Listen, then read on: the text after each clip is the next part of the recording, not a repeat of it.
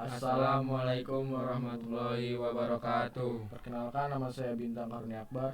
Dan saya Heru Pratama Reza. Kami akan menyampaikan sejarah perkembangan radio dari awal sampai sekarang.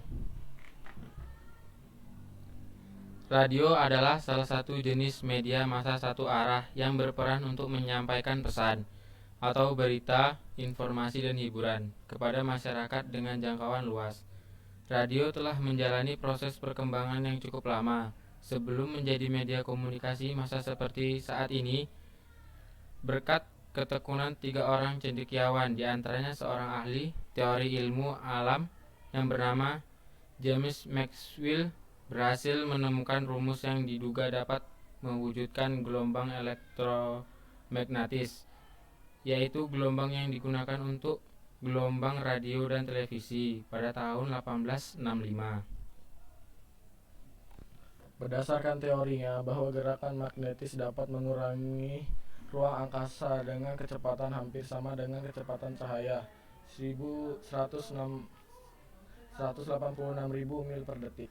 Teori Maxwell ini dibuktikan oleh Heinrich Hertz pada tahun 1984, tetapi baru digunakan untuk tujuan praktis oleh Guglielmo Marconi, di mana Marconi telah dapat mengirim tanda-tanda tanpa kawat melintasi samudra Atlantik. Perkembangan radio sebagai media masa lalu. Perkembangan di beberapa negara diawali di Amerika Serikat dengan pengembangan penemuan Marconi oleh Dr. Lee de Forest pada tahun 1906. Karena itu pula ia diuji the father of radio. Sejak saat itu, radio di US mulai mengalami perkembangan yang pesat. Pada bulan Maret tahun 1923 telah berdiri 556 stasiun radio. Baru pada tahun 1926 berdirilah NBC atau National Broadcasting Radio sebagai badan siaran radio yang luas dan besar.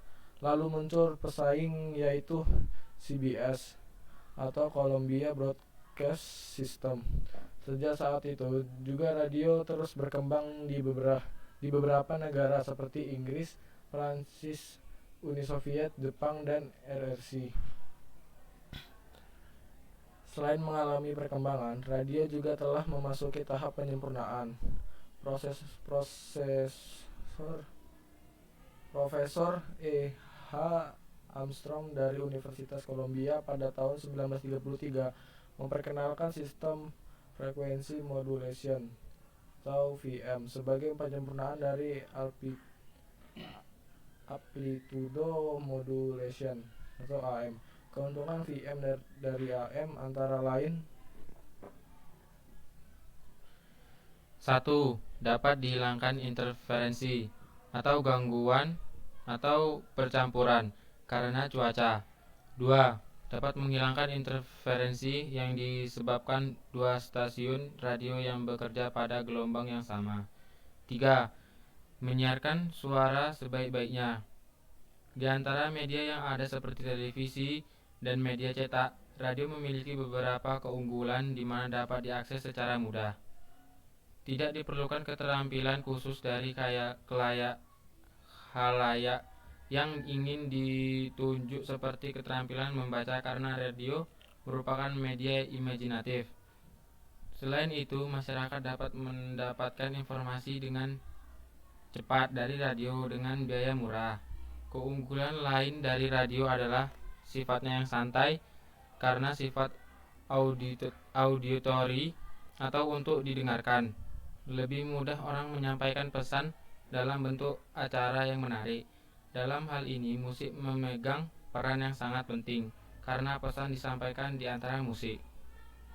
Adapun kekurangan dari media massa ini adalah tidak bisa dilihat sehingga merupakan media sekilas atau selintas, atau hanya sekali didengar dan tidak bisa diulang. Selain itu, tidak semua hal bisa diinformasikan melalui radio, dan karena sifatnya yang satu arah maka tidak teridentifikasi siapa yang mendapatkan atau menerima info atau pesan yang disampaikan. Dengan kekurangan dan kelebihannya, radio telah menjadi media massa yang dapat diandalkan, cukup efektif dalam menyampaikan pesan, dan tetap diminati walau banyak media lain. Seiring perkembangan waktu, jumlah pendengar radio terus bertambah dan radio terus bertahan menghadapi perkembangan zaman. Red dari berbagai sumber. Sekian, Dan dari kami, Assalamualaikum warahmatullahi wabarakatuh.